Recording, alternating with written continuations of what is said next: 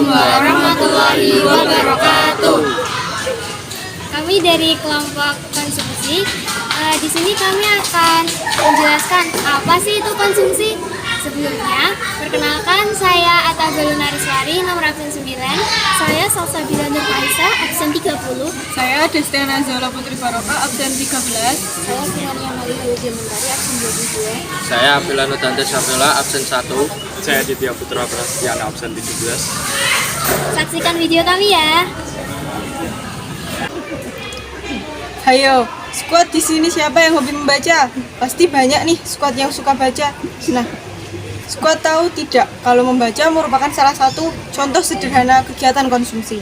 Kok bisa? Nah, definisi konsumsi adalah kegiatan mengurangi atau menghabiskan nilai atau kegunaan dari barang dan jasa. Kenapa membaca merupakan salah satu contoh kegiatan konsumsi? Karena pada saat membaca, kita telah mengurangi nilai guna dari buku tersebut.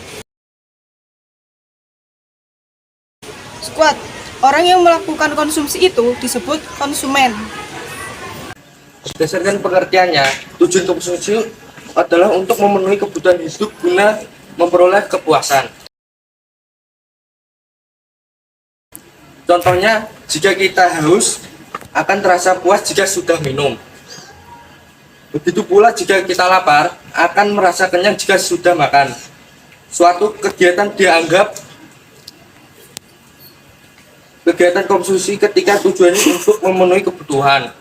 Jika ibu membeli beras, kemudian dimasak menjadi nasi dan dijual, maka bukan dianggap sebagai kegiatan konsumsi karena tidak dikonsumsi sendiri. Tahu nggak kenapa barang atau jasa yang dikonsumsi oleh setiap orang itu berbeda-beda? Mengapa bisa demikian? Ini karena banyak faktor yang dapat memengaruhi konsumsi setiap orang. Antara lain pendapatan, harga barang yang dibeli, adat istiadat, atau kebiasaan, jumlah penduduk, dan selera. Faktor-faktor yang mempengaruhi konsumsi antara lain faktor internal dan faktor eksternal. Faktor internal ada pendapatan, motivasi, sikap dan kepribadian, dan selera. Faktor eksternal adalah kebudayaan, status sosial, dan harga. Lalu, adakah aspek-aspek positif dan negatif dari perilaku konsumsi?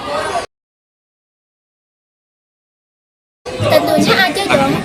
Aspek-aspek ini dilihat dari bagaimana seseorang mengkonsumsi suatu barang yang berpedoman pada prinsip dan motif ekonomi.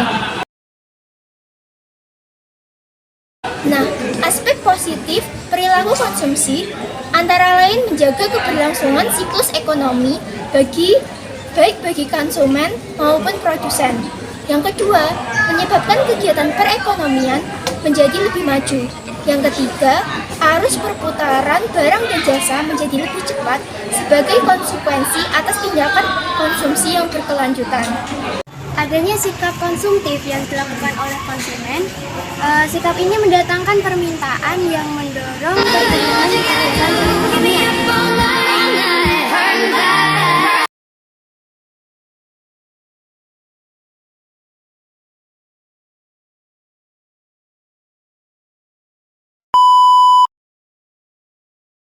Aspek negatif perilaku konsumsi itu ada 3. Yang pertama, dapat menyebabkan seseorang bersikap tidak hemat. Yang kedua, sikap tidak hemat dapat menyebabkan terjebak hutang-hutang. Dan yang ketiga, menurunkan motivasi untuk menabung, mengakibatkan sumber dana investasi di bank juga menurun. Jadi ini adalah salah satu barang konsumsi, yaitu kipas angin. Nah, kipas angin ini berfungsi untuk mensejukkan badan. Walaupun ini kecil, ini sangat praktis untuk digunakan kapanpun dan dimanapun. Apalagi cocok nih, ada suhu Indonesia saat ini. Nah, Contoh lain dari kegiatan konsumsi adalah kardigan. Kardigan dapat digunakan untuk menambah fashion kita, dapat digunakan untuk menambah estetika.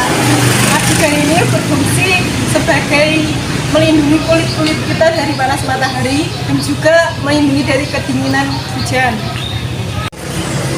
Nah, salah satu contoh barang konsumsi lainnya adalah sepatu. Nah, sepatu ini memiliki fungsi sebagai alas kaki agar menghindari kaki kita terkena cedera. Nah, sepatu ini juga memiliki berbagai model. Sepatu yang dimodel dengan berbagai macam dapat digunakan sebagai fashion untuk penunjang penampilan.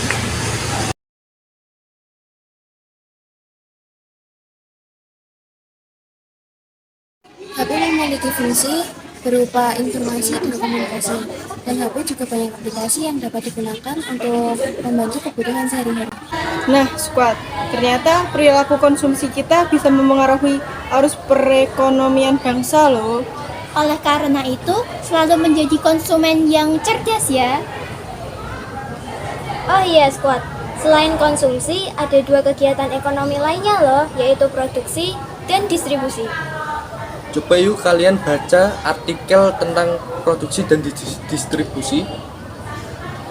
Baik, sekian dari kami.